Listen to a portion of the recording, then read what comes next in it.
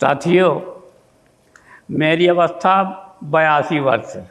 ये ऐसी अवस्था होती है जब श्रवण शक्ति कमज़ोर हो जाती है, बोलने की भी क्षमता कम हो जाती है, आँख में भी कम दिखता है, लेकिन बुद्धि अधिक परिपक्व हो जाती है और अनुभवजनित ज्ञान अधिक बढ़ जाता है।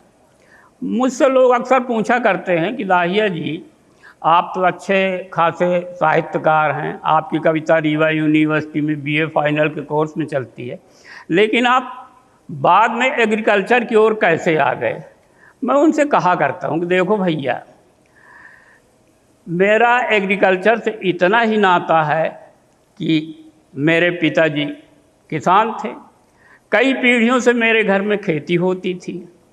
लेकिन जब अपन पढ़ने के लिए 1949 में गए विद्यालय में, तो उस समय क्या होता था कि दशहरा से दीपावली तक लगभग 28 दिन की छुट्टी हुआ करती थी। तो उस छुट्टी में क्या होता कि हम अपने पिताजी, बड़े भैया वगैरह की मदद करते, खेती में हम धान की गहाई करते, ज्वार की तकाई करते। तो क्या होता था कि इतना अधिक अनुभव जनित ज्ञान बढ़ जाता था, पूरी बायोडाइवर्सिटी हमको मालूम हो जाती। जैसे हम ज्वार ताकने गए तो हमको ये पढ़ने की ज़रूरत नहीं कि कौवे का रंग काला होता है, हम सब पक्षियों को देखते थे। ये भी देखते थे कौन पक्षी हमारे ज्वार को खाने आ रहा है और कौन हमारे जो ज्वार के साथ बोए हैं दूसरे अनाज, उनके कीड़े मकोड़ों को खाने आ रहा है। लेकिन पढ़ाई लिखाई के बाद मेरा रुझान साहित्य के तरफ था, और वो भी लोक साहित्य। हमारे मध्य प्रदेश में 4 बोलियां हैं, बघेली, बुंदेली, मालवी, निमाड़ी। तो जो हमारा रीवा संभाग वाला क्षेत्र है वो बघेली का क्षेत्र है। मैंने ये भी अनुभव किया कि माने लोक बोलियां कितनी अपने अपने क्षेत्र में मजबूत होती हैं। मैंने अनुभव किया कि जब कोई शहर का व्यक्ति गेहूं या चावल खरीदने जाता है तो मात्र 10 शब्दों में उसका काम चल जाता है। या तो वो झोला लेता है, या बोरा लेता है, साइकिल पकड़ता है, या रिक्शा लेता है। मोल भाव बाट तराजू पैसा दाम, इतने में उसके घर में गेहूं चावल आ जाता है। लेकिन वही गेहूं चावल जब हमारा किसान अपने खेतों में उगाता है तो खेत की तैयारी से लेके कट मिज कर उसके घर के घर में आते आते भंडार गृह में लगभग 200-250 शब्द बनते हैं।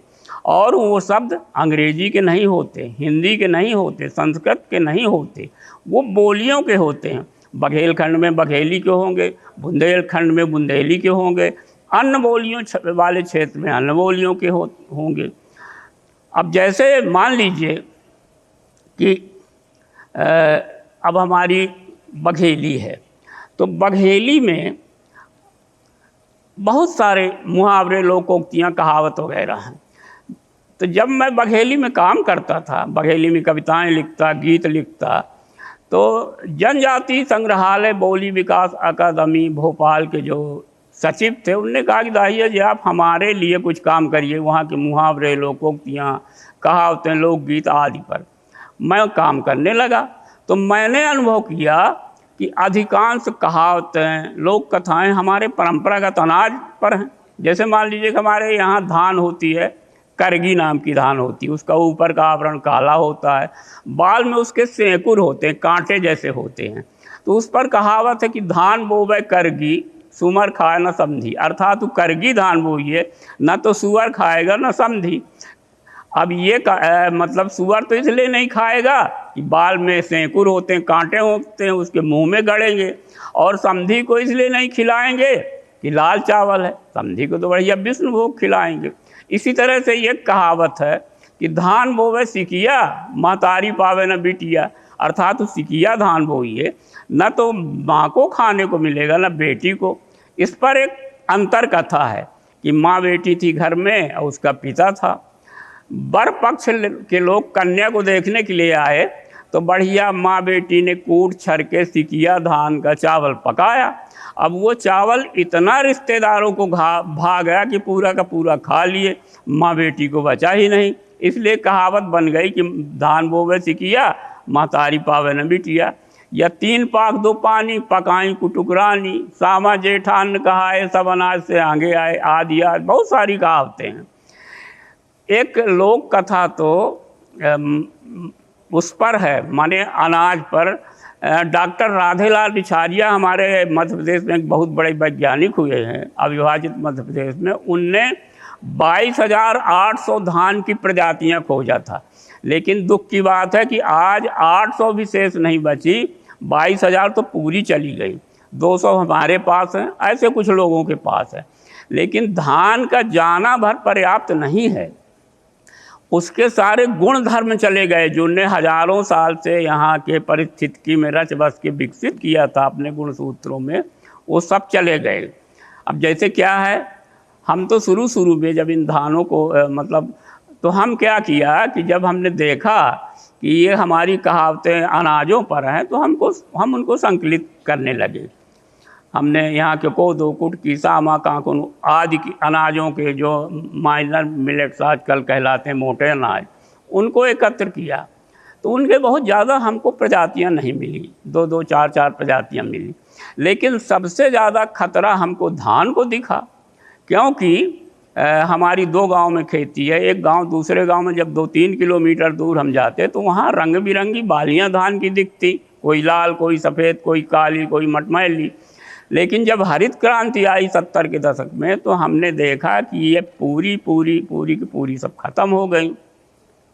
तो हमने क्या किया कि धान पर ज़्यादा जोर देने लगे। अब कहीं हम जाते लोक साहित्य काम में तो कहते कि भैया क्या आपके पास परंपरागत धान है, अगर हो तो दे दीजिए। थोड़ा सा देते हो तो हमने ये सोचा कि ठीक है, हमारी इनकी किताबें तो छप जाएंगी जो हम लोग साहित्य में काम करते हैं, लेकिन लोग कैसे प्रमाणित करेंगे कि ये सिकिया धान है, ये करगी है, ये कुटकी, सामा, कांकुन वगैरह वगैरह है। इसलिए इनका भी होना ज़रूरी है। तो हम उनको एकत्र करते, छोटे छोटे भूखंडों में उगाते। तो हमने ये महसूस किया कि इनमें बहुत सारे, इनने अपने हजारों साल से यहाँ के परिस्थिति में रच बस के इनने बहुत सारे गुण अपने उसमें गुण सूत्र में विकसित कर लिए हैं। जैसे क्या है कि वो कम वर्षा में पक जाती हैं, ओस में पक जाती हैं, वो नैसर्गिक किस्में हैं। आगे पीछे की वही साथ साथ पक जाती हैं, इसलिए वो कम पानी में पक जाती हैं, वर्षा आधारित खेती के लिए हैं। उनका तना लंबा होता है तो कुछ पानी वो अपने शरीर में संचित कर लेती हैं। तो हमारा पानी उद्वहन करके जो सिंचाई होती है बौनी किस्म की जो बाहर के दाने हैं, तो उसमें ये नहीं करना पड़ता, वर्षा आधारित खेती में पक जाती हैं। उनमें नींदानाशक डालने की ज़रूरत नहीं है, क्योंकि उनका तना करीब 4-4.5 फुट का होता है। तो वो नींदा जो जमता है खेतों में उगता 3 स्टेज में, तो उनको उनकी हवा रोक देती है, उनकी सूर्य की रोशनी रोक देती है, तो दुबले पतले पड़ जाते हैं, वो बढ़ जाती हैं। वो भी डालने की ज़रूरत नहीं। अब क्या है कि जब उनमें रासायनिक खाद नहीं पड़ती, अब रासायनिक खाद भी उनमें नहीं पड़ती, अगर कोई डाल दे तो गिर जाएगा पौधा, तो कोई डालेगा ही नहीं। अब जब उसमें रासायनिक खाद ना पड़ेगी तो जो दुनिया भर के कीट हमारे खेतों में आ जाते हैं अब रासायनिक खाद डालने से बौनी किस्मों में, वो कीट उसमें नहीं आते। अगर आते हैं तो जो हमारे दूसरे कीट हैं, जैसे ये तो शाकाहारी कीट हुए, तो जो मांसाहारी कीट हैं या मकड़ियाँ हैं वो उनको निपटा देती, खा पी के समाप्त कर देती 2-4 दिन के लिए आए। तो उनमें कीटनाशक डालने की ज़रूरत नहीं है, इसलिए वो स्वाभाविक जैविक हैं। अगर उनको जैविक अनाज के बजाय इस तरह से विकसित किया जाए बाज़ार में कि ये परंपरागत है, तो वही पर्याप्त है। उसका अर्थ ही होता है कि वो जैविक हैं। तो इस तरह से उनमें बहुत सारे गुण हैं। जब वो पर्यावरण संरक्षक हैं तो स्वाभाविक है कि ग्लोबल वार्मिंग और क्लाइमेट चेंज रोकने में भी वो सफल हैं। तो इस तरह से हमने अनुभव किया। तो अब मज़े की बात है कि हमारे पास वो धान जो करगी धान भी है, सिकिया धान भी है। एक लोक कथा है कि एक आदमी ने एक एक दाने धान के अलग अलग प्रजातियों के एक बर्तन में, जो एक कूड़ो कहलाता है या कुरई कहलाता, मिट्टी उसका लकड़ी का एक मापक होता, उसमें रखना शुरू किया। तो रखते रखते वो पूरा भर गया, लेकिन एक दाना बार बार लुढ़क जाता, तो उसका नाम उन्होंने रख लिया ढनगनी। हमारे बघेली में लुढ़क जाना को ढनक जाना कहा जाता, तो ढनगनी।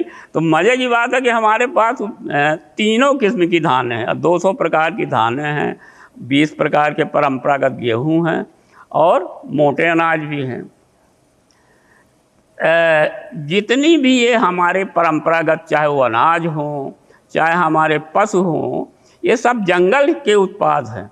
इनको कोई वैज्ञानिक ने नहीं खोजा, इनको हमारे कृषक पूर्वज ही जंगल से निकाल लाए, उनके गुण धर्मों का अध्ययन किया और अपने खेतों में बोया। जिन जानवरों को उनने अपने काम के लिए उपयुक्त समझा उनको जंगल से निकाल लाए, और जिनको निकाल के नहीं लाए आज भी जंगल में विचरण करते हैं। कोई वैज्ञानिक भी उनको पालतू नहीं बना सकता, क्योंकि पालतू की एक परिभाषा है कि कोई जानवर या पक्षी हमारा दिया हुआ भोजन करके अगर वो प्रजनन करने लगता है, अपना वंश परिवर्धन करने लगता है, तब तो वो पालतू है।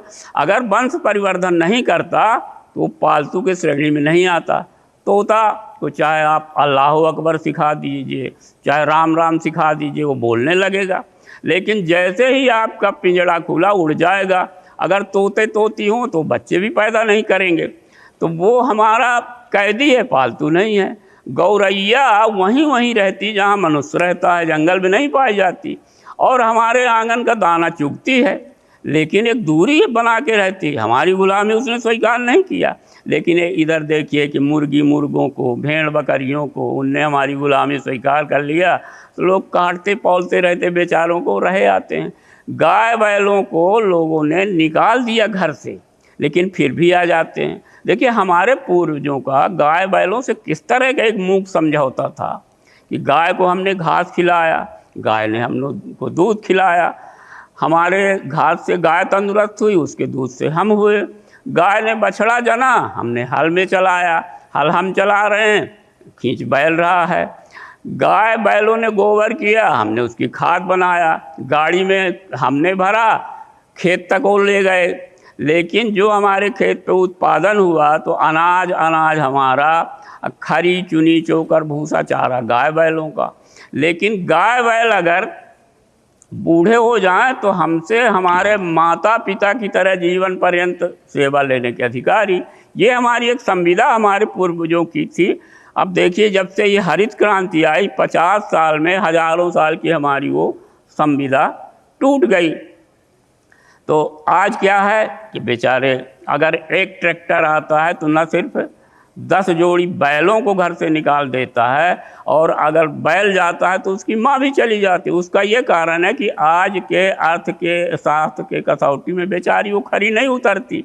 उसको क्यों रखते थे किसान? इसलिए रखते थे कि बैल होगा उससे बछड़ा होगा। हमने महसूस किया, मैं आज भी गांव में रहता हूं, कि अगर किसी की गाय ने बछिया जना तो बेचारी उसको कम दूध पिलाते थे, लेकिन बछड़ा जनती गाय तो उसको अधिक दूध पिलाते थे कि हल में चलेगा, मोटा तगड़ा हो जाए। अब जब बैल ही बेचारा निकल गया तो गाय भी निकल गई। ये स्थिति है आज की। पहले की हमारी खेती जो हुआ करती थी वो पेट की खेती होती थी, अकेले किसान भर के पेट की खेती नहीं, पूरे हमारे कृषि आश्रित समाज के पेट की खेती। उसमें हमारे सहायक उद्यमी थे, लोहार, बढ़ई, तेली, कुम्हार, चर्मकार वगैरह जो हमको उपकरण बना के देते थे, वो भी उस खेती में शामिल थे, भोजन के अधिकारी थे। हमारे कृषि मजदूर थे, किसान का पूरा परिवार था। तो जब हमारी खेती से जब बचत होती तब बाजार जाता था। और आज की खेती पूरी सेठ की खेती हो गई। अब वो शहर से संचालित होती, गांव से संचालित नहीं होती। अब वो कौन कौन से सेठ हैं आप जान लीजिए। पहला सेठ तो है बीज वाला, जो हाइब्रिड बीज बेचने वाली कंपनी, मान लीजिए मोनोसेंटो का एजेंट बैठा हुआ है, तो पहला सेठ तो वो हमारा पैसा ले लिया किसानों का। दूसरा सेठ है हमने रासायनिक खाद खरीदा, क्योंकि हम खेत में रासायनिक खाद डालेंगे तब तो हमारे बौनी किस्म के अनाज होंगे जो आज प्रचलित हैं, अगर न डालेंगे तो और ख़राब होंगे वो। तो वो दूसरा सेठ ले लिया रासायनिक खाद वाला। हमको अब जुताई करना है, अगर घर में ट्रैक्टर तो तेल भराएंगे, नहीं है तो किराए से लेंगे, तो तीसरा सेट हो गया। हम नींदानाशक डालेंगे क्योंकि वो बौनी किस्म का अनाज है, न डालेंगे तो होगा ही नहीं, वो 3 स्टेज में जमने वाली घास उसको दबा लेगी, तो ये चौथा सेट हो गया। 5वां सेट हो गया हम कीटनाशक डालेंगे। 6वां सेट हो गया कि हम सिंचाई करेंगे। 7वां सेट हो गया कि हम हार्वेस्टिंग करवाएंगे। तो और 8वां सेट हो गया जब हम मंडी में लाद के अपना अनाज बेचने के लिए जाएंगे ट्रैक्टर ट्राली में। तो इस तरह से ये 8 सेट जो है तो पूरी हमारी गांव की खेती ले जाते हैं। आज के खेत हरे भरे भले दिखते हैं, लेकिन इन सेठों की तिजोरी भरने के लिए किसान को कुछ नहीं मिलता। इसलिए किसान को नहीं मिलता कि भाव इतना गिर गया है। आज गांव का अर्थशास्त्र जो है तो अब किसान को कितना मिलता है, जैसे डेयरी है ना, तो डेयरी की कोई भैंस है तो 10 लीटर दूध देती है, लेकिन उसके बेचारी के वो भैंस के बच्चे को कितना मिलता है, आधा या 1 लीटर बच्चे या बच्ची को। इसी तरह किसान का पूरा अनाज शहरों के लिए चला जाता है, सेठों के तिजोरी में चला जाता है। उसको बस उसी तरह जितना उसके बच्चे को भैंस के जितना मिलता है उतना बेचारों को मिलता है, भले ही खेत कितने भी हरे भरे दिखे, लेकिन आज की खेती में किसान को कुछ नहीं मिलता। गांव का अर्थशास्त्र आज पूरी, मैं तो गांव में रहता हूं, देखता हूं, पूरी तरह एक फूटी बाल्टी की तरह है। जैसे आप कुएं में फूटी बाल्टी डालिए 10 टोंका की, तो ऊपर आते आते पूरा पानी कुएं का पानी कुएं में ही चला जाता है। इसी तरह गांव की आमदनी शहर में केंद्रित होती जाती।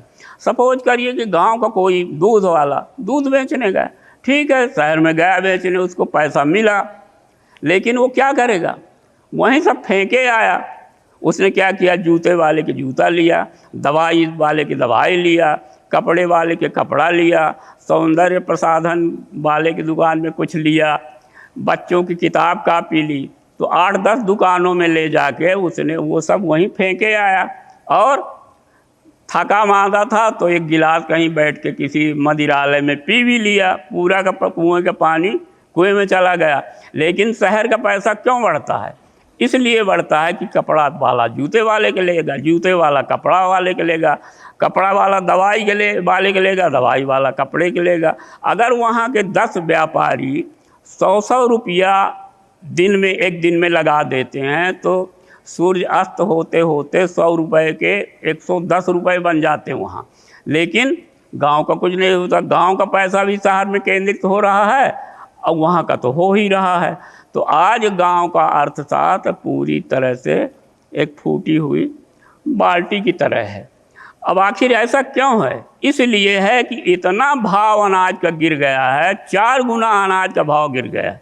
देखिए, मैं एक आपके सामने उदाहरण प्रस्तुत कर रहा हूँ कि अंतर्राष्ट्रीय बाजार को हमेशा सोना नियंत्रित करता है। हमको याद है 1962 में जब चीन से हमारा युद्ध हुआ तो अमेरिका ने तब हमको हथियार दिया जब हमने सोना दिया। हमारे मुद्रा को उसने कुछ नहीं माना, कागजी मुद्रा को।